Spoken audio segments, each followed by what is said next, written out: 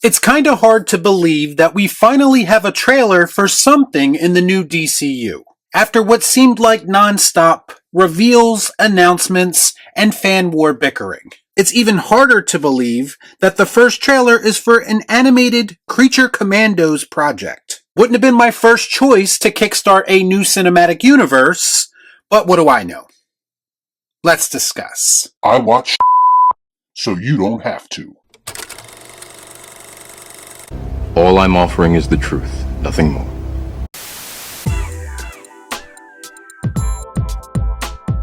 Let's go, baby! The DCU is about to begin with a bang. I have no doubt in my mind that peak is incoming. So this is basically the Suicide Squad, but with a horror twist. Count me in. There's a certain aura to everything that James Gunn makes, and this project definitely has it.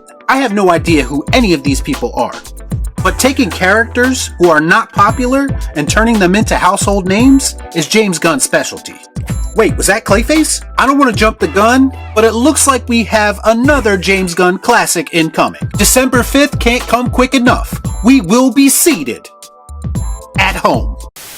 So at the risk of upsetting some people for reacting to a trailer, even though that is what you are supposed to do with a trailer, yes, we have our first official look at James Gunn's Creature Commandos. The first official project in the new DCU. I guess we will continue to ignore all that Blue Beetle might crossover talk. That tends to happen when you release a movie about a character that nobody gives a shit about. See, nobody cares. Listen, I know I'm going to catch hell for this, because every single time I say it, someone will inevitably bring up the Guardians of the Galaxy as if they didn't have a built-in MCU fan base to lean on. But let's be real, the Creature Commandos are not what you would call recognizable names. Now, sometimes that could work to your benefit as a creator, because people don't really have anything to compare it to, and other times it could also work against you, because there's a chance that the audience might not give a shit based on the name alone. Now, this project will have the benefit of being on streaming, which means it will be convenient to watch, so it may get some eyeballs out of morbid curiosity. But I'd be lying to you if I said, as a longtime DC fan, I have any interest in seeing a Creature Commandos animated series, movie, or anything else. How can you not care? Like this. When I think of the illustrious history of DC Comics, that's just not where my mind goes. And to me, no matter what side of this fan war you sit on, I don't see how anyone can deny that. I mean, it's not hate, it's just the reality of the situation.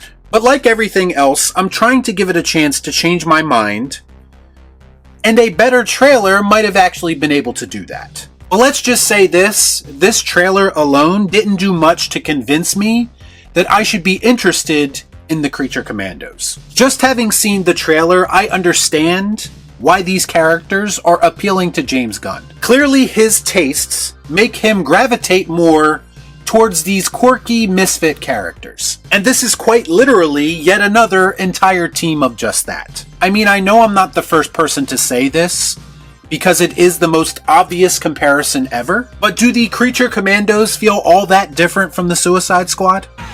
Absolutely f***ing not. Just swap out criminals for monsters, and it's pretty much the same energy. When it comes right down to it, my actual problem with this is that I've never really had an interest in any of these misfit team-up stories. I don't really give a shit about the Suicide Squad either, with or without James Gunn. Thunderbolts, Guardians of the Galaxy, the list goes on and on.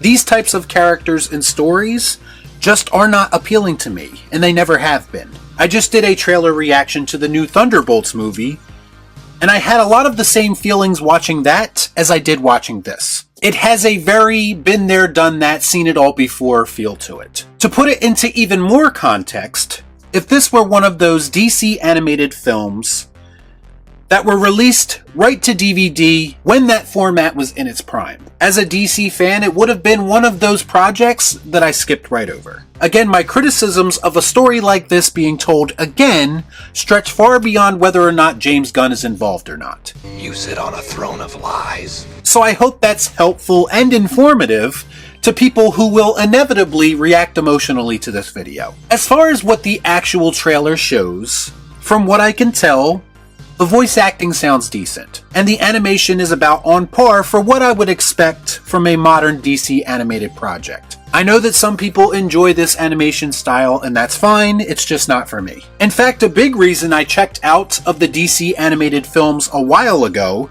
even before James Gunn was involved, was because I didn't really like the animation and I was kind of annoyed by the constantly changing voice actors. Now, the voice acting thing is something that James Gunn himself is actually addressing with the DCU by making the actor the same across all platforms, live action, animation, and video games. So I guess I can give him some props for that, even if I'm not particularly interested in this project.